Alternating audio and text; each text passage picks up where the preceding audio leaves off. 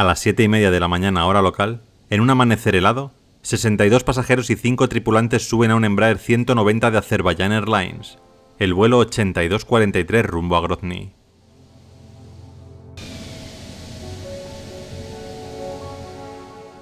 Es Navidad. El avión ya se alinea con la pista prometiendo un viaje breve por el Cáucaso.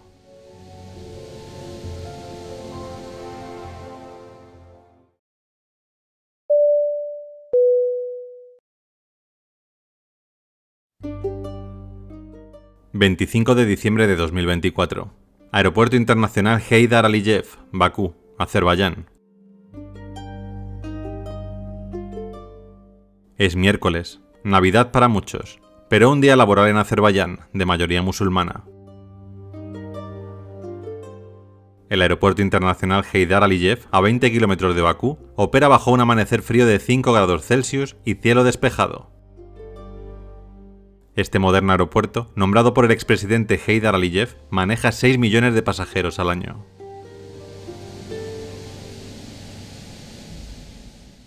El avión es un Embraer 190 AR, matrícula AKAZ65, entregado a Azerbaijan Airlines en 2013. Este jet regional, de 36 metros de largo, tiene dos motores General Electric CF3410C, con 20.000 libras de empuje cada uno. Y además, capacidad para 104 pasajeros, aunque lleva 62 en este día. Con 11 años de servicio y unas 25.000 horas de vuelo, su última revisión fue el 18 de octubre de 2024, sin fallos reportados. Azerbaijan Airlines, fundada en 1992 tras la independencia de la URSS, es la aerolínea bandera de Azerbaiyán, con sede en Bakú. En 2024 opera 30 aviones, incluyendo 8 E190, y vuela a 40 destinos. Cuenta con un récord de seguridad sólido, sin accidentes fatales hasta el momento.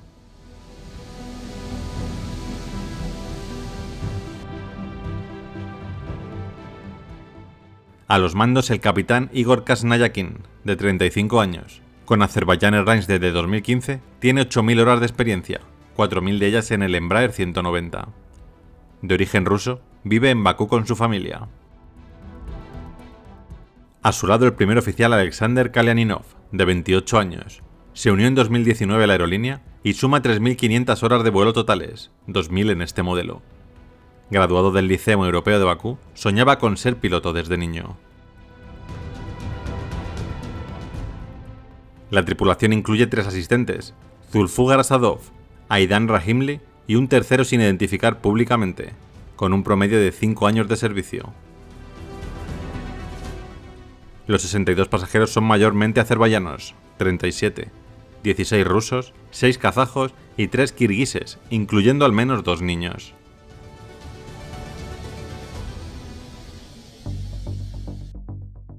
El 25 de diciembre de 2024, el Cáucaso Norte está en tensión. Desde la invasión rusa de Ucrania en 2022, drones ucranianos han atacado Chechenia, incluida la ciudad de Grozny. Esa mañana, a las 7:25 hora local, el Consejo de Seguridad checheno reporta drones sobre Grozny, activando defensas aéreas rusas. Rosaviatsia impone el protocolo Kovior, cerrando el espacio aéreo local, aunque no está claro si lo hace antes o durante el vuelo. A 800 kilómetros de allí, Ucrania lanza un ataque sobre el mar Caspio, cerca de la ruta del vuelo 8243.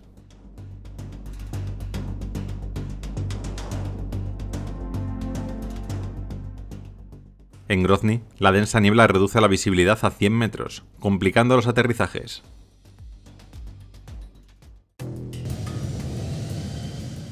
A las 7:55 de la mañana, el vuelo 8243 tiene luz verde para despegar.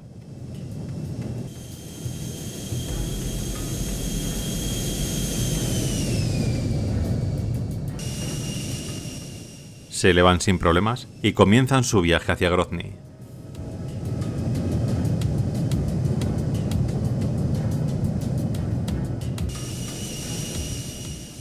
El avión asciende a FL-270 siguiendo el corredor del Caspio hacia Grozny, a 410 nudos, unos 760 km por hora.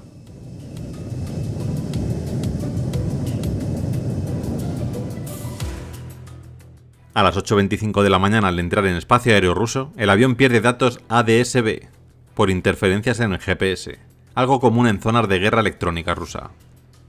Este protocolo permite a las aeronaves transmitir su posición, velocidad y otros datos a estaciones terrestres y a otras aeronaves.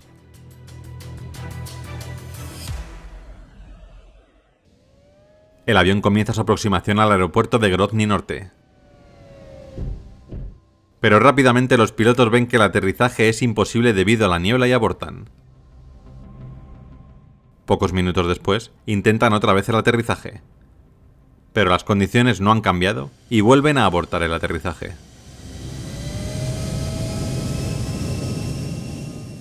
No hemos podido visualizar la pista y estamos sin GPS. Necesitamos vectores para patrón de espera. Ascienda hasta 8000 y ponga rumbo 360. En este momento, el controlador les envió hacia Naursky, donde podrían orbitar con seguridad.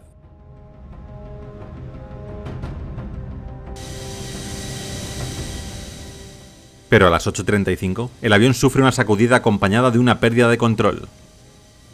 El copiloto rápidamente marca en el transpondedor el código 7700, reportando una emergencia general. Aún no saben qué ha pasado, pero están heridos por un impacto externo. Perdemos el control de la aeronave. Hemos recibido un impacto en cabina.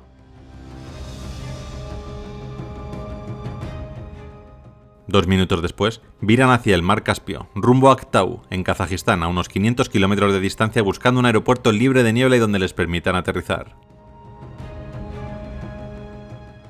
Existen aeropuertos más cercanos, pero Rusia se ha negado a permitirles aterrizar. Algunos de los aeropuertos están cerrados y otros bajo protocolo militar. Esto les ha dejado como mejor opción cruzar el mar Caspio hacia Aktau. El avión tiene dañados los tres sistemas hidráulicos, los alerones, timones y elevadores no responden y los pilotos manejan el embraer utilizando mayormente los motores. De esta manera consiguen ascender y virar hacia Kazajistán.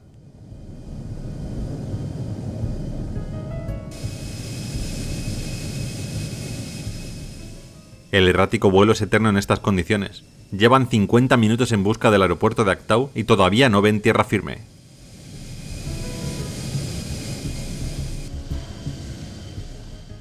Por fin, 70 minutos después, distinguen lo que parece ser el aeropuerto a lo lejos.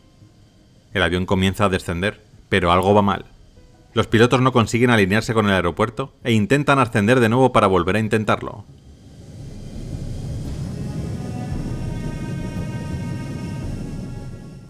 Con los pilotos heridos por metralla y el avión imposible de manejar, el siguiente intento correría la misma suerte.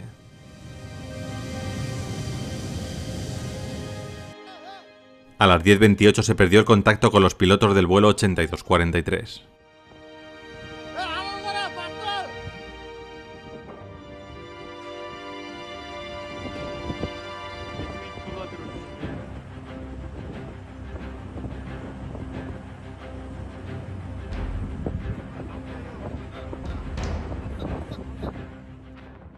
Dos minutos después, el avión impactó con el terreno golpeando primero con su ala derecha. Después se giró por completo y estalló en llamas partiéndose en dos grandes secciones. La explosión, combinada con el incendio que se produjo tras el impacto, destruyó la parte frontal de la aeronave. La sección trasera quedó boca abajo separada del resto del avión y permaneció en gran parte intacta.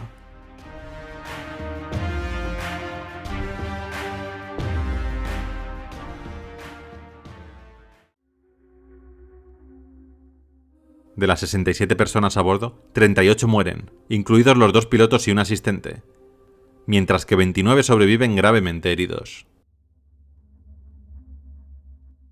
A las 14:00 Kazajistán forma una comisión liderada por Kanat Bozimbaev. Las cajas negras se recuperan el 26 de diciembre y se envían a Brasil el día 30, con expertos de Azerbaiyán, Rusia y Turquía involucrados.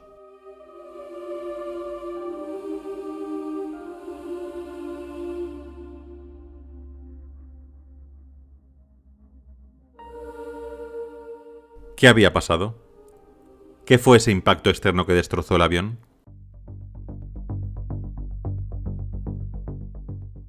El 25 de diciembre de 2024, Kazajistán inicia la investigación bajo el anexo 13 de la OACI, con Azerbaiyán y Rusia abriendo casos paralelos.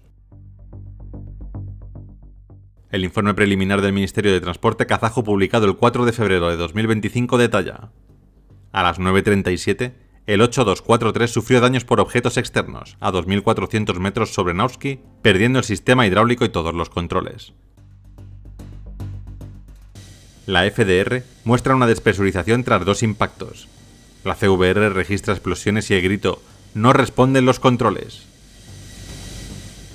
Marcas de metralla en la cola y estabilizadores coinciden con una ojiva de fragmentación.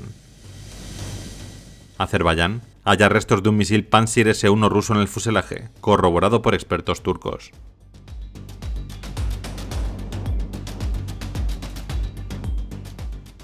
El 26 de diciembre, fuentes azerbaiyanas a Reuters dicen que un Pantsir S-1 fue disparado sobre Grozny, detonando cerca del avión durante un ataque de drones ucranianos. Sobrevivientes como Rahimli reportan 2 golpes externos y no la explosión de un cilindro de oxígeno como sugirió Rusia. El Pantsir, con misiles 5-7 E-6 de 20 kilos, estaba en Chechenia luchando contra drones, según el Kremlin. A las 8:25, la interferencia GPS rusa cegó al 8243 y tras el impacto, Rusia negó aterrizajes de emergencia, ordenando cruzar el Caspio a Aktau. El informe kazajo descarta aves. El daño es incompatible con impactos biológicos.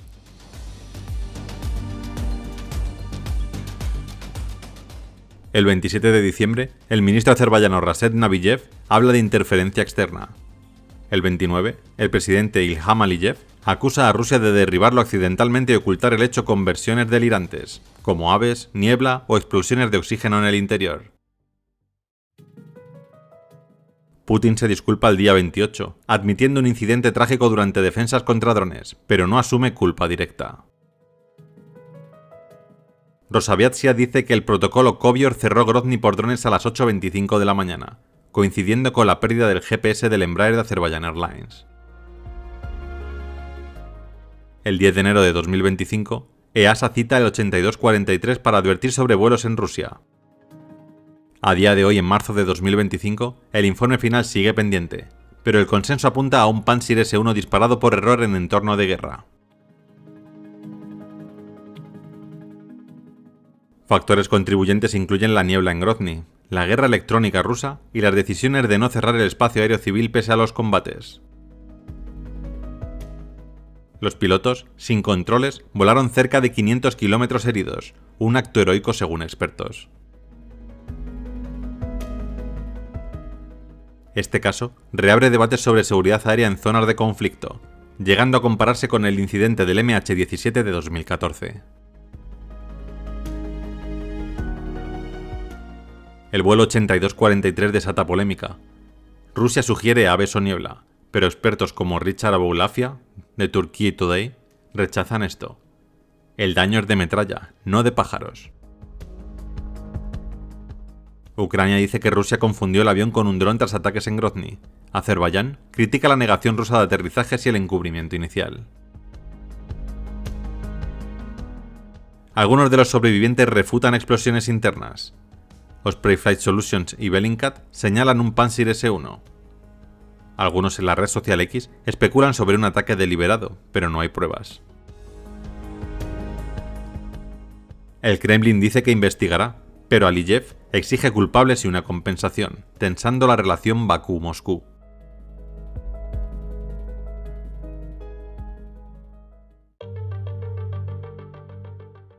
La NTSB y la OACI piden cerrar espacios aéreos en conflictos. Azerbaiyán Airlines suspende vuelos a Grozny y Makhachkala desde el 27 de diciembre de 2024. EASA reitera advertencias sobre Rusia el 10 de enero de 2025. Kazajistán y Azerbaiyán exigen transparencia. La FAA y ALPA revisan riesgos de guerra electrónica. El 8243, como el MH17, subraya el peligro de volar cerca de zonas bélicas.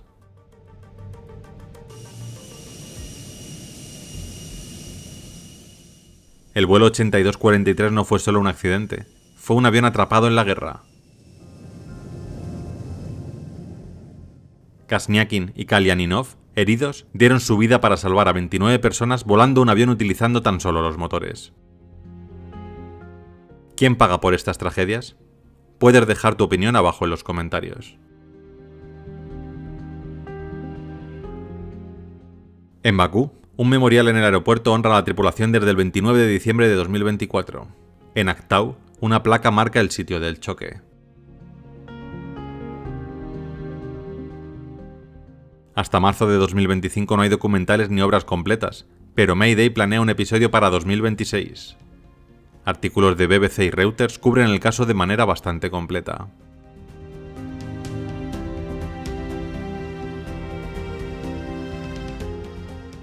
Gracias por acompañarme al 25 de diciembre de 2024. Recordad que esta historia está basada en el informe preliminar.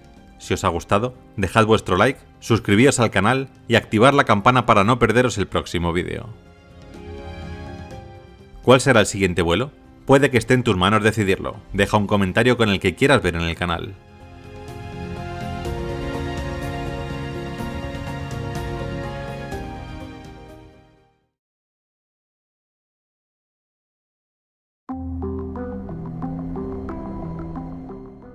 ...3 de julio de 1988... Aeropuerto Internacional de Bandar Abbas, Irán. Son las 10 de la mañana, y aquí el vuelo 655 de Iranair está esperando a un último pasajero que está teniendo problemas con su pasaporte. El vuelo tenía previsto salir hacia Dubái a las 9:55, pero el inconveniente de este pasajero está retrasando el vuelo varios minutos. El avión es un A300, el primer avión construido y diseñado por la compañía Airbus para ser un avión comercial de reacción, bimotor y de fuselaje ancho. Entre 1974 y julio de 2007 fueron fabricados un total de 843. Basándose en el Airbus A300, se desarrolló un modelo con menor longitud y con mayor alcance, el Airbus A310. Y durante los años 90 sirvió como base para el desarrollo del más moderno Airbus A330.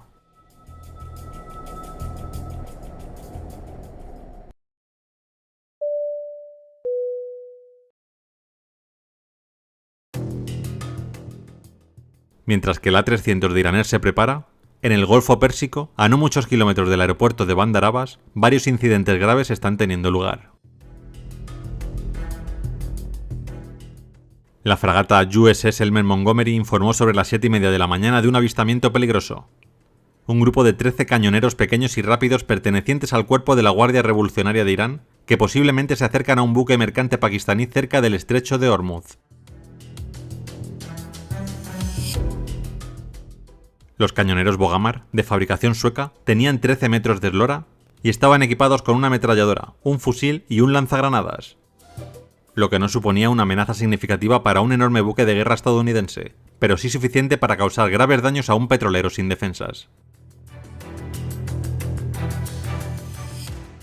Uno de los barcos más cercanos al Montgomery en ese momento era el USS Vincennes, por lo que, a las 7:42 am hora local, se le ordenó al Vincennes que navegara hacia el norte para investigar los informes.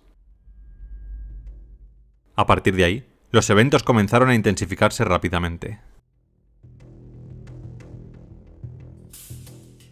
El capitán Rogers, a cargo del USS Vincennes, envió el helicóptero del barco por delante para observar los cañoneros y recopilar información antes de su llegada.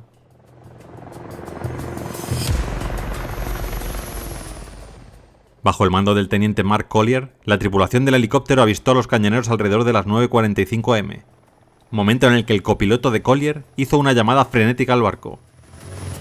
Los Bogamers iraníes nos están disparando, iniciamos maniobra de evasión. Inmediatamente, el Vincennes aumentó la velocidad y se acercó a la posición de los botes.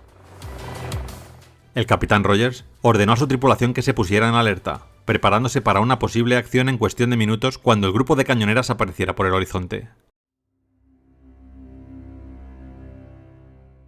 A las 10:09, Rogers pidió permiso para entablar combate con las cañoneras, y 2 minutos después, tras un breve intercambio con el cuartel general de las Fuerzas de Tareas Conjuntas en Bahrein, lo recibió. A partir de ese momento, mientras el USS Elmer Montgomery observaba desde unos pocos kilómetros de distancia, el Vincennes comenzó a disparar contra los bogamers.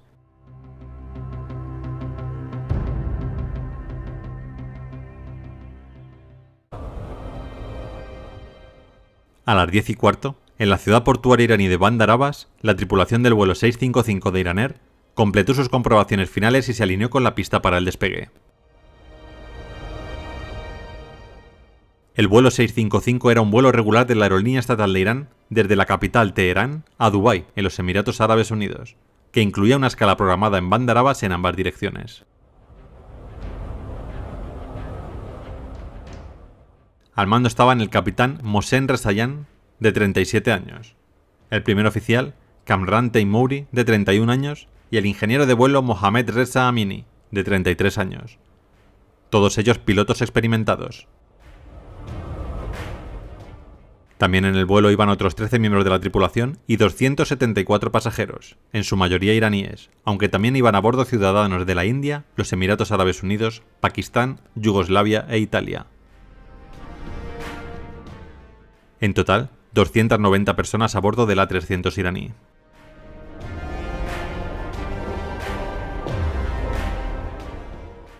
A las 10:17, el vuelo 655 por fin comenzó a acelerar por la pista de despegue.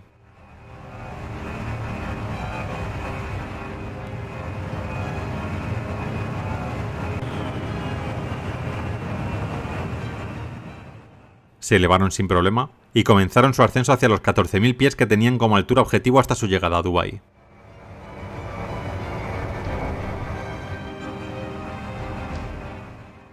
Manteniéndose siempre dentro de la ruta aérea Amber 59, ascendieron pasando varias capas de nubes, realizando comprobaciones y comunicaciones de rutina.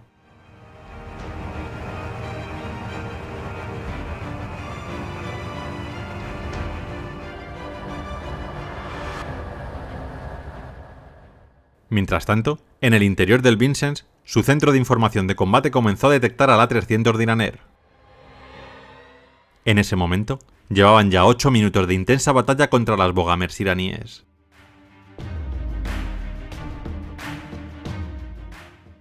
La tripulación del Zik no sabía si esa aeronave no identificada era civil o militar. Por muy avanzado que fuera el sistema de radares y misiles del que disponían, no podían decirle a la tripulación que se trataba de un Airbus A300. Tendrían que averiguarlo por sí mismos. Su punto de origen no permitía distinguirlo. El aeropuerto de Bandar Abbas era utilizado tanto por vuelos civiles como por la Fuerza Aérea iraní. De hecho, los F-4 que participaron en la operación Praying Mantis habían despegado de ese mismo aeródromo.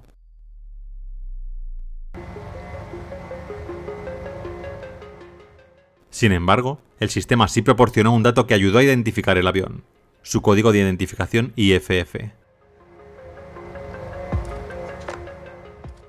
El sistema IFF interroga al transpondedor de un avión. Y este, a su vez, envía respuestas que contienen datos sobre su identidad. Cuando el IFF del Vincennes interrogó al avión no identificado, respondió en modo 3 con el código de transpondedor 6760. La identidad que le había asignado el control de tráfico aéreo y que el capitán y primer oficial habían establecido manualmente justo antes del despegue. Pero como los transpondedores militares también podían transmitir en modo 3, esto no era en sí mismo una prueba de que el objetivo no fuese un avión hostil. Fue entonces cuando el capitán al mando del Vincennes ordenó revisar la lista de vuelos comerciales que despegarían de Bandar Abbas. Ninguno coincidía con el horario actual. El retraso de más de 20 minutos del vuelo 655 les hizo pasar por un vuelo no identificado. Las dudas y los nervios entre los marines estadounidenses aumentaban. Uno de los operarios de radar del Vincennes lanzó el aviso que boca a boca llegó al capitán Will Rogers. Posible astro acercándose. De esta manera se referían a los F-14 iraníes.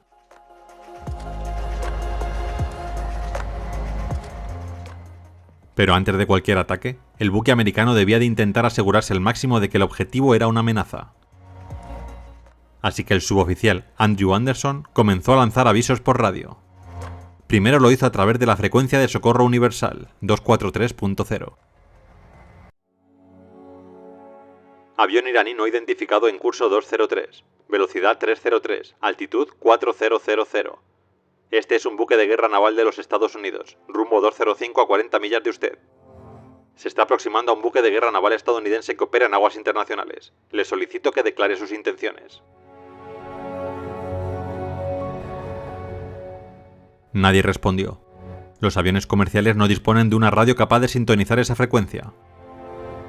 Anderson, sabedor de esto, cambió a la 121.5, denominada WART. Frecuencia que todos los aviones que sobrevuelan el Golfo Pérsico deberían de llevar sintonizada. Aeronave desconocida en curso 206, velocidad 316. Se está acercando un buque de guerra de la Armada de los Estados Unidos. Solicito que se mantenga alejado. Pero de nuevo, no hubo respuesta.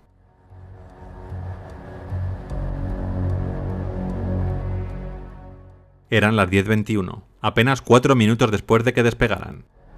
El vuelo 655 ascendía desde 6.000 pies hasta 7.000. En la cabina del A300 nadie imaginaba lo que estaba a punto de suceder.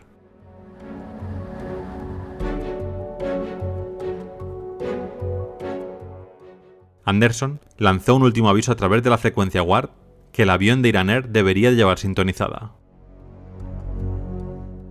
Avión no identificado en rumbo 207, velocidad 350, altitud 7000.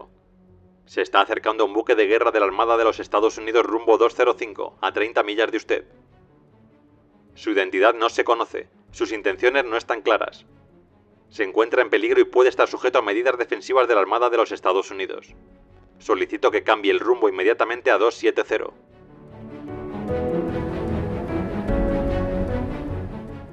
Sin haber respondido a ninguna de las llamadas de radio, el objetivo pasó la marca de las 20 millas náuticas que el capitán Rogers había puesto como límite. Pero el objetivo estaba a una altitud de 9.000 pies. Demasiada altura para un ataque aéreo con un objetivo en superficie.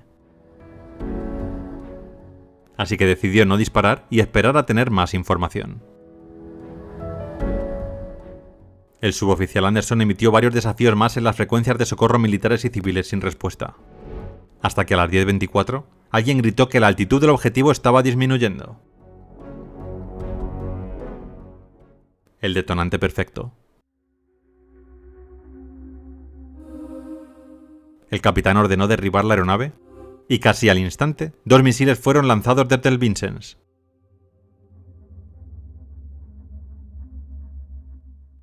El vuelo 655 volaba ya a 13.500 pies. Unos segundos después de ser lanzados, los misiles encontraron a su objetivo. Una enorme explosión sacudió el avión. La metralla atravesó el fuselaje trasero, destruyendo tanto el metal como a todos los pasajeros que encontró en su camino. Convertida en una gran bola de fuego, el ala izquierda se desprendió. El vuelo 655 de Iran Air comenzó a caer, girando una y otra vez, con llamas saliendo de sus tanques de combustible reventados. El avión ganaba más y más velocidad mientras caía, desintegrándose pieza por pieza. ¿Qué podrían estar pensando los pasajeros o pilotos que había pasado?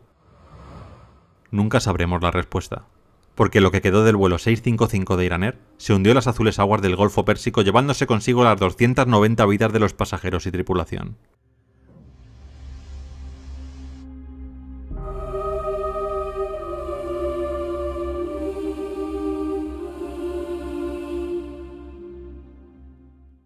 ¿Qué había pasado? En una situación tan tensa como la que vivía el buque americano, ¿cómo habríais actuado vosotros? La investigación inicial no tuvo mucho recorrido. Tan solo 2 horas después del ataque, Estados Unidos asumió su error y declaró que el Vincennes había sido el causante de la tragedia del vuelo 655 de Iran Air.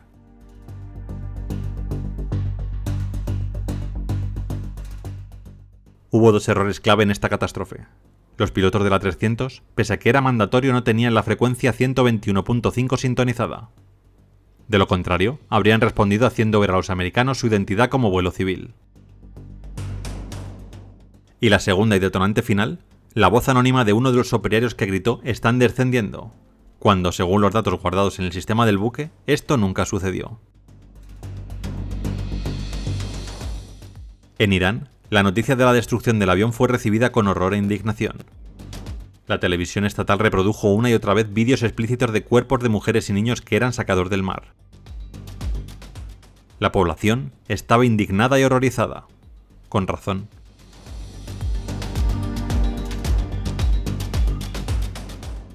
En un testimonio de más de 300 páginas presentado ante la Corte Internacional de Justicia en 1990, Irán expuso su argumento de que el capitán Rogers o bien derribó el avión intencionalmente, o bien fue tan imprudente que sus acciones bien podrían haber sido intencionales.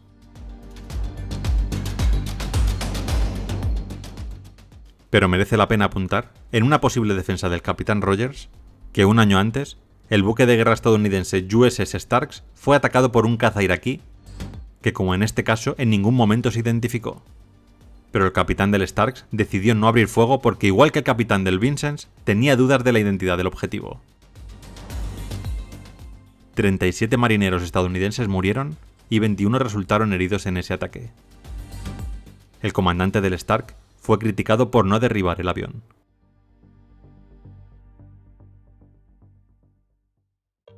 Estados Unidos nunca se disculpó por el derribo del avión, pero finalmente llegó a un acuerdo en la demanda de Irán en la Corte Internacional de Justicia por una suma de $131,8 millones.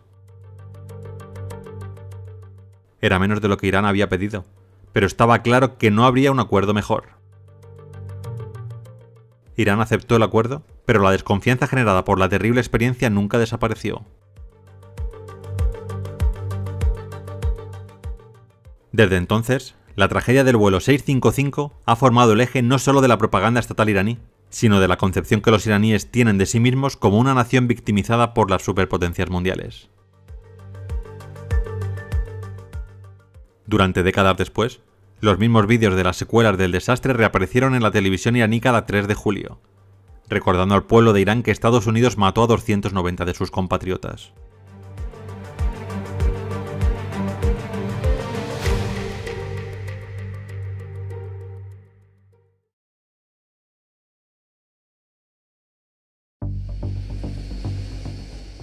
A las 10 de la mañana hora local, 283 pasajeros y 15 tripulantes se preparan para partir en un Boeing 777 de Malaysia Airlines, el vuelo MH17, rumbo a Kuala Lumpur.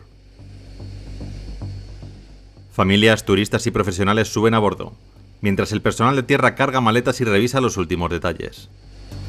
En la cabina, los pilotos preparan un trayecto de 11 horas que los llevará sobre Europa del Este, una ruta común aprobada por las autoridades aéreas. Pero en el horizonte, sobre los campos del este de Ucrania, algo acecha en la penumbra de un conflicto olvidado por muchos. Un viaje que empieza como cualquier otro y que está a punto de cruzarse con un destino cruel e inesperado.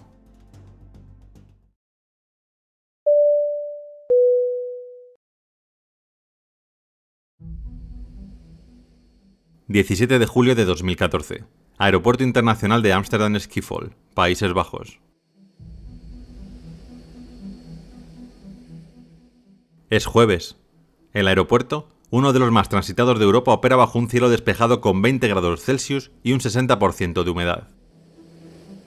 Son las 9:50 de la mañana y aquí, el vuelo MH17 de la aerolínea Malaysia Airlines espera a tener vía libre para salir rumbo a Kuala Lumpur, en Malasia.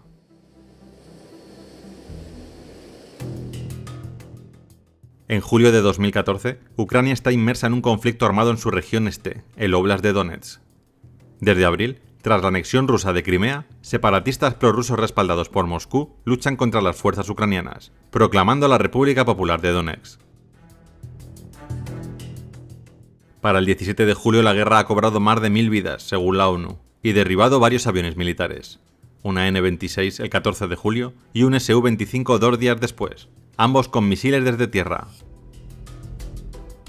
Pese a esto, el espacio aéreo sobre Donetsk permanece abierto por encima de 32.000 pies, considerado seguro por Ucrania y Eurocontrol, con 160 vuelos comerciales cruzándolo cada día.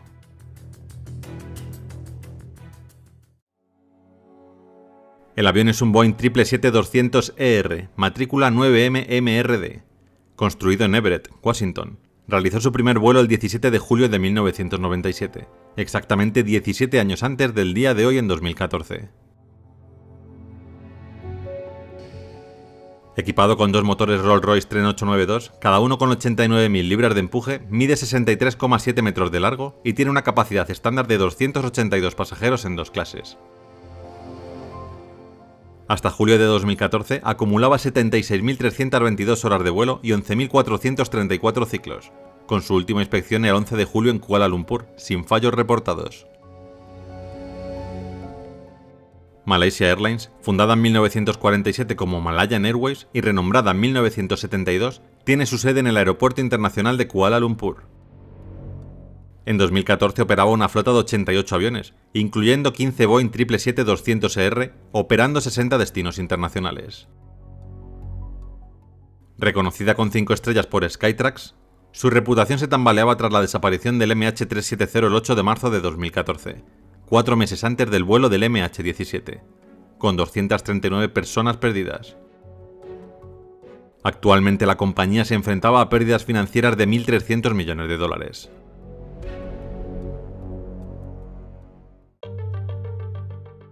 A los mandos, el capitán Eugene Chu Jin Leong, de 45 años. Con Malaysia Airlines desde 1991, tiene 17.000 horas de experiencia, incluyendo 7.000 en el Boeing 777. Casado con 2 hijos, vive en Kuala Lumpur. Junto a él, el primer oficial Ahmad Hakimi bin Hanapi, de 29 años. Se unió a la aerolínea en 2007 y suma 3.500 horas, 2.000 de ellas en el 777.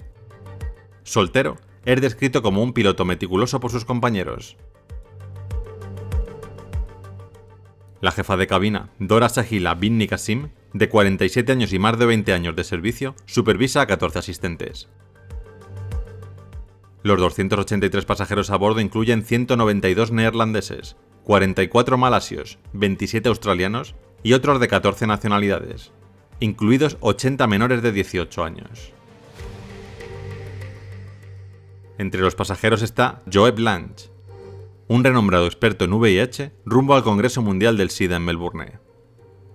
En total, 298 personas a bordo del 777. A las 10:14 de la mañana, por fin, el vuelo MH17 comienza a acelerar por la pista 36C.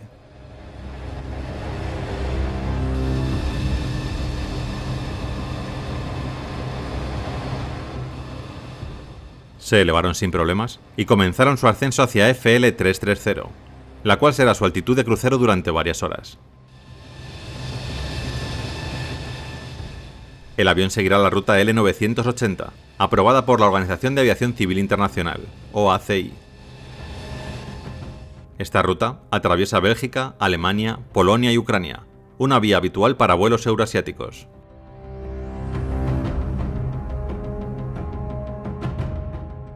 Tras un par de horas en el aire, la cabina del MH17 respira calma. A las 13:00, el vuelo pasa sobre Varsovia, la capital de Polonia, y poco después, a las 13:10, entra en el espacio aéreo ucraniano bajo el control de Dnipro Radar. La tripulación, entonces, solicita subir al nivel de vuelo 350 para ahorrar combustible, pero la torre de control ucraniana lo deniega por tráfico cercano. Otro 777, este de Singapore Airlines, vuela a esa altura muy cerca de ellos, 25 millas al norte.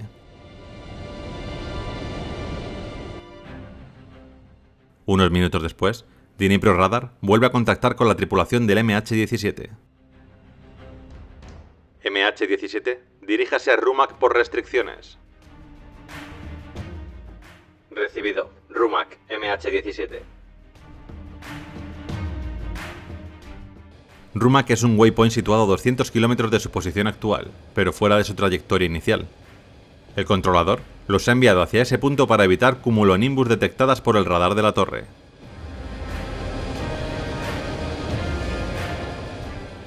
El MH17 modificó su rumbo a las 13:20. El avión vuela a 33.000 pies a una velocidad de 490 nudos, unos 905 km por hora, sobre el Oblast de Donetsk, en el este de Ucrania, una región en conflicto desde abril de 2014 entre fuerzas ucranianas y separatistas prorrusos.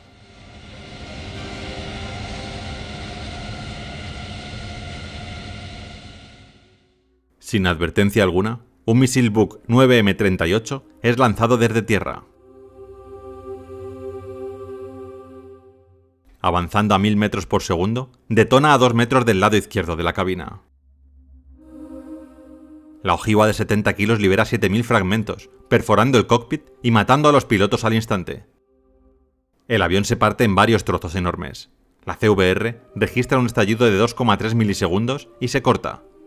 La FDR muestra una descompresión explosiva a 33.000 pies.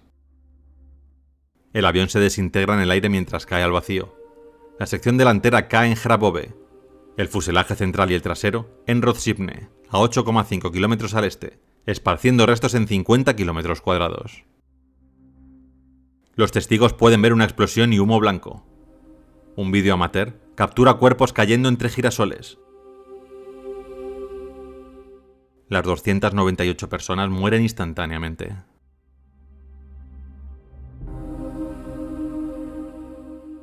A las 16:30 hora local, campesinos en Hrabove, a 40 kilómetros de la frontera rusa, ven humo y corren al sitio, hallando un cráter de 10 metros, cuerpos y fragmentos entre cultivos. Separatistas de la RPD llegan a las 16:45, acordonando la zona y recolectando restos. El 18 de julio, observadores de la OSCE acceden, pero los combates cercanos retrasan la búsqueda. El 21 de julio, tras un alto el fuego ordenado por el presidente ucraniano Petro Poroshenko, se recuperan 282 cuerpos y 87 fragmentos, trasladados en trenes refrigerados a Kharkov y después a Eindhoven en Países Bajos el 23 de julio. Las cajas negras, halladas por separatistas el 19 de julio, se entregan a Malasia el 21 de julio y llegan a Farnborough, Reino Unido, el 23 de julio para su análisis.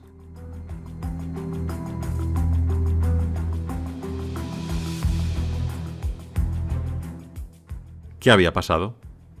¿Quién derribó el MH17? La investigación del MH17 comienza el 17 de julio de 2014, liderada por el Dutch Safety Board, DSB, de Países Bajos. País con más víctimas, 193. Bajo el anexo 13 de la OACI, el DSB publica un informe preliminar el 9 de septiembre de 2014 y el final el 13 de octubre de 2015, centrado en causas técnicas. Paralelamente, el equipo conjunto de investigación, JIT, formado por Países Bajos, Australia, Bélgica, Malasia y Ucrania, inicia una pesquisa penal en agosto de 2014. Las cajas negras, analizadas en Farnborough, Reino Unido, muestran que a las 13:20 un impacto externo destruyó la cabina. La FDR registra 500 fragmentos de alta velocidad penetrando el fuselaje. La CVR capta un estallido de 2,3 milisegundos antes de apagarse. El DSB concluye que un misil Buk 9M38 con ojiva 9N314M de 70 kilos explotó a 2 metros del lado izquierdo del cockpit, liberando metralla en forma de lazo, encontrada en los restos y cuerpos de los pilotos, según autopsias forenses. El JIT, tras analizar 150.000 interceptaciones telefónicas, 500.000 imágenes y vídeos y 200 testimonios, detalla el origen del misil. El 16 de julio de 2014, un Buk Telar de la 53ª Brigada Antiaérea Rusa, estacionada en Kursk, cruzó la frontera desde Rusia a Ucrania, llegando a Snitne, bajo el control de la RPD, según imágenes satelitales de la OTAN y vídeos de testigos. El misil se lanzó desde un campo cercano a Pervomaisky, 6 kilómetros al sur de Snitne. Rastros de humo y un destello captados por civiles coinciden con la trayectoria.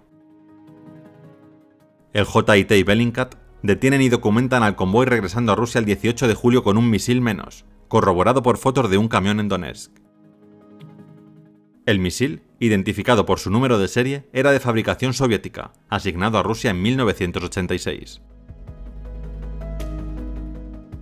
El DSB descarta otras causas. No había mal clima, fallos mecánicos ni ataques aéreos. El espacio aéreo ucraniano estaba abierto sobre 32.000 pies, aprobado por Eurocontrol y usado por 160 vuelos ese mismo día.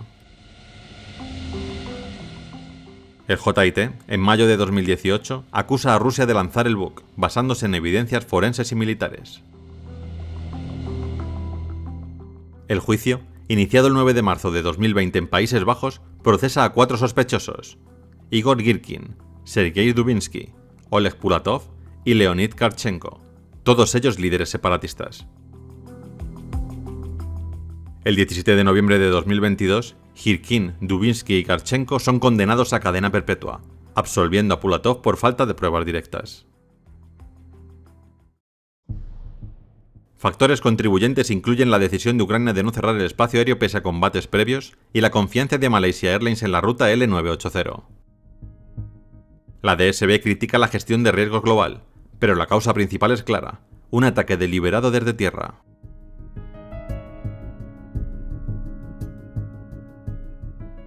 Las 298 muertes desencadenan sanciones y un debate sobre responsabilidad que aún divide a Rusia y a Occidente. El derribo del MH17 desata controversias. Rusia niega responsabilidad, alegando en 2014 que un Su-25 ucraniano fue responsable. Pero el DSB refuta esto. Ningún avión militar estaba cerca y el Su-25 no alcanza 33.000 pies ni lleva misiles compatibles. Otra teoría rusa de 2015 sugiere un buque ucraniano desde Zaroshenke, pero el HIT demuestra que esa zona estaba bajo control separatista y el misil era ruso por su número de serie. Por otra parte, algunos en Ucrania culpan a su gobierno por no cerrar el espacio aéreo, pero Eurocontrol lo consideró seguro. Las familias critican retrasos en el juicio y la negativa rusa a extraditar a los condenados alimenta las teorías de encubrimiento sin pruebas sólidas. Quizás la peor parte de toda la trágica historia del vuelo 17 de Malaysia Airlines es que 298 personas murieron sin razón alguna y con toda probabilidad los responsables nunca enfrentarán la justicia. El DSB recomienda cerrar espacios aéreos en zonas de conflicto. La OACI adopta en 2016 normas más estrictas para evaluar riesgos.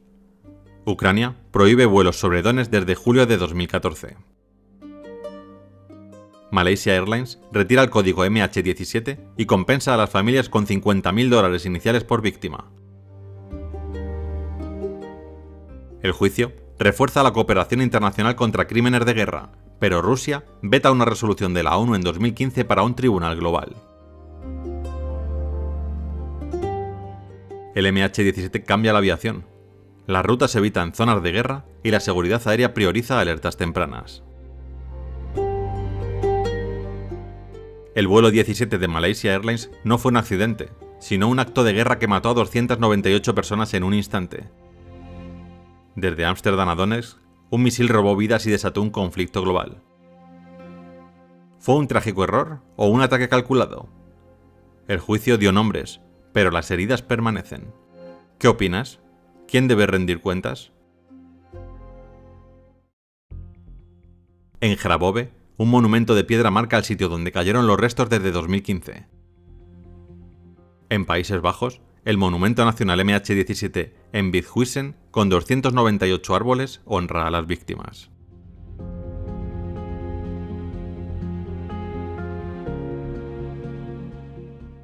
El vuelo 17 inspira obras como MH17 Call for Justice, de Bellingcat, publicada en 2019, que detalla la investigación.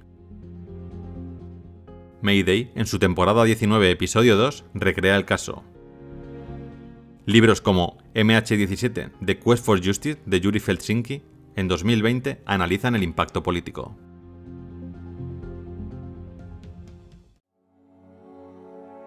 A lo largo de los años, se han producido numerosos incidentes de derribo de aviones comerciales, especialmente en las décadas de 1970 y 1980.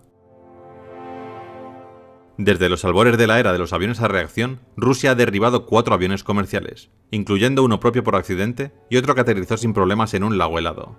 Estados Unidos, Israel y Ucrania han derribado uno cada uno, y varios grupos rebeldes locales son responsables de al menos otros 6. El accidente del vuelo 870 de Aerolínea Italia también se atribuyó a un derribo accidental por parte de la Fuerza Aérea Italiana, pero pruebas recientes han puesto en duda la determinación de que se tratara de un derribo.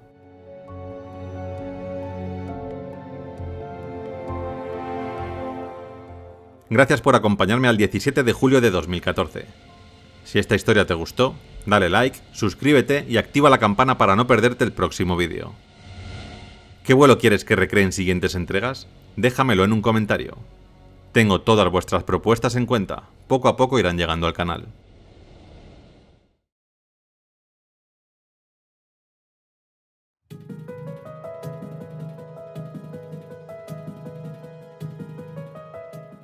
...1 de septiembre de 1983... Aeropuerto Internacional Ted Stevens, Anchorage, Alaska, Estados Unidos. Son las 4 de la mañana en Alaska y aquí el vuelo 007 de la aerolínea Korean Air está realizando su primera y última escala. En esta parada, el avión repostará y habrá un cambio en la tripulación. Este vuelo despegó inicialmente del Aeropuerto Internacional JFK de Nueva York y su destino final es el Aeropuerto Internacional de Gimpo, en Seúl. El avión es un 747-200, posiblemente el avión más famoso del mundo. Esta aeronave de 4 motores fue la primera de fuselaje ancho y ha sido el avión más grande del mundo durante muchos años, hasta que en 2005 volase por primera vez el A380 de Airbus. A los mandos de este jumbo se encuentra el experimentado capitán Chun Byung-in, de 45 años, y el primer oficial Son Dong-hui, de 47. Les acompaña en cabina el ingeniero de vuelo Kim Eui-dong. Estos pilotos estaban considerados dentro de Korean Air como muy experimentados. Además, en el avión viajan 20 auxiliares de vuelo y 246 pasajeros. En total, 269 personas dentro del 747 de Korean Air.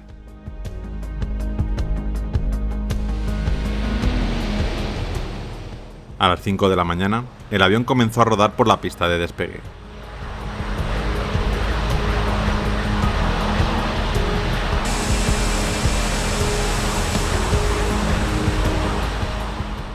Pocos minutos después, ya estaban en el aire rumbo a Seúl.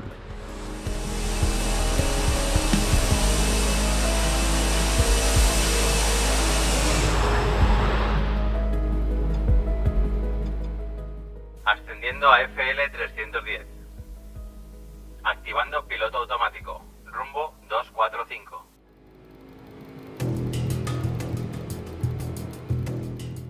Unas horas más tarde, el 747 se encontró con unas fuertes rachas de viento, así que el capitán contactó con Tokio. En ese momento debían de estar sobrevolando Japón. Tokio, aquí el vuelo KE-007. Solicitamos permiso para ascender a FL-350. Estamos atravesando una zona de mucho viento. Buenas noches, Korean Air 007, permiso concedido. Ascender y mantener FL-350. De esta manera los pilotos buscaban ahorrar combustible evitando esta zona de fuertes vientos.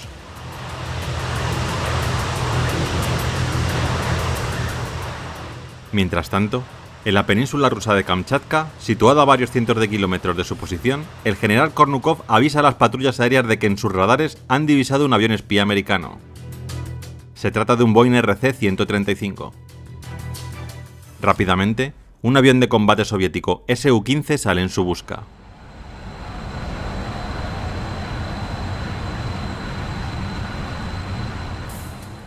El 747 de Korean Air sigue volando con el piloto automático activado dirección magnética 245. No lo saben, pero el caza soviético que salió en busca del avión espía americano les ha detectado y les está siguiendo.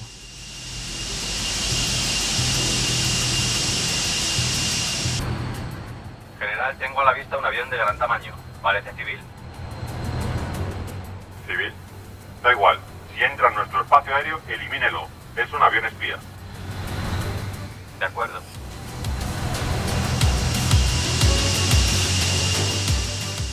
Los pilotos del vuelo 007, ajenos a todo esto, mantienen conversaciones triviales durante estos minutos. Hablan de cambiar divisas en el aeropuerto de Seúl y de tomar algo caliente a su llegada. Poco después, el Sukhoi 15 soviético que les sigue lanza una ráfaga de disparos al 747 como advertencia. Están entrando en espacio aéreo restringido soviético. Concretamente, están sobrevolando la isla de Sakhalin. Pero los pilotos del vuelo de Korean Air no lo advierten y siguen su trayecto hacia Corea como si nada. Unos minutos después, una gran sacudida desestabiliza por completo el avión. Capitán y copiloto no saben lo que está pasando. El avión está sufriendo una gran despresurización y empieza a caer hacia el Océano Pacífico.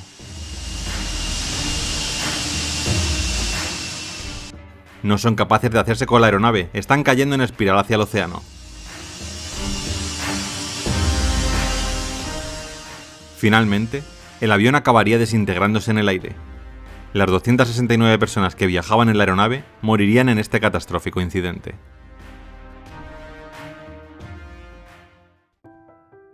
¿Qué había pasado? ¿Derribó el caza ruso el 747? ¿Cómo un vuelo entre Estados Unidos y Corea acabó invadiendo una zona restringida rusa? La investigación fue muy difícil de llevar a cabo. Inicialmente no se encontraron las cajas negras del avión, y solo los datos aportados por la URSS, Japón y Estados Unidos generaban algo de luz en este trágico suceso. Todo sucedió en una época muy convulsa entre Estados Unidos y la URSS. La denominada Guerra Fría llevaba décadas enfrentando a estas dos potencias mundiales. Ambos se acusaban mutuamente de espionajes y sabotajes, lo que hacía que estuviesen muy alerta ante cualquier intento de infiltración de la otra parte en sus espacios aéreos. Estados Unidos admitió que esa noche tenía un avión espía en las cercanías del espacio aéreo soviético. Efectivamente, el RC-135 detectado por la URSS era real, pero nunca llegó a entrar en el espacio aéreo restringido. Cuando este avión americano se alejó de la zona, apareció el 747 de Korean Air, confundiendo así a los militares rusos. Pero, ¿qué hacía el vuelo 007 en esa zona? Tuvieron que pasar 8 años para que tras la desintegración de la Unión Soviética, las cajas negras aparecieran y fueran entregadas a Estados Unidos. La URSS las había tenido guardadas todo este tiempo. En ellas se pudo comprobar el grave error de los pilotos, que tras el despegue en Anchorage establecieron el piloto automático rumbo 245 grados magnéticos directamente, en vez de seguir el patrón de puntos de avance por el que el avión debía de haber transitado para evitar entrar en el espacio aéreo ruso. Un error que en la situación de conflicto en la que se encontraban la URSS y Estados Unidos, sumado al avión espía que había cerca de la frontera rusa esa noche, hizo que el vuelo 007 de Korean Air acabase siendo derribado por 2 misiles disparados por el Su-15 ruso. El testigo más cercano al incidente, el piloto soviético que disparó los misiles aire-aire Kaliningrad R-8, confirmó más tarde que no siguieron los estándares internacionales de intercepción, y que había sido instruido por las autoridades militares rusas para que mintiera en televisión sobre disparar tiros de advertencia. La parte soviética mantuvo oficialmente que ellos hicieron llamadas por radio, pero que el vuelo 007 no respondió. No obstante, ningún otro aparato o monitor terrestre cubriendo las frecuencias de emergencia en ese momento oyó jamás llamadas de radio soviéticas.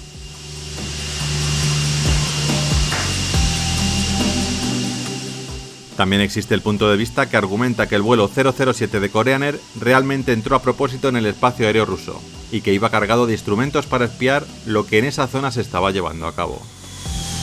Esto lo describe a la perfección un agente de inteligencia japonés, Yoshiro Tanaka, en su libro La verdad sobre el vuelo 007.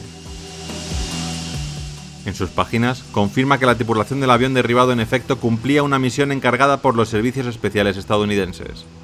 Fue él, personalmente, quien dirigió las escuchas de las comunicaciones por radio en la noche del 31 de agosto al 1 de septiembre de 1983.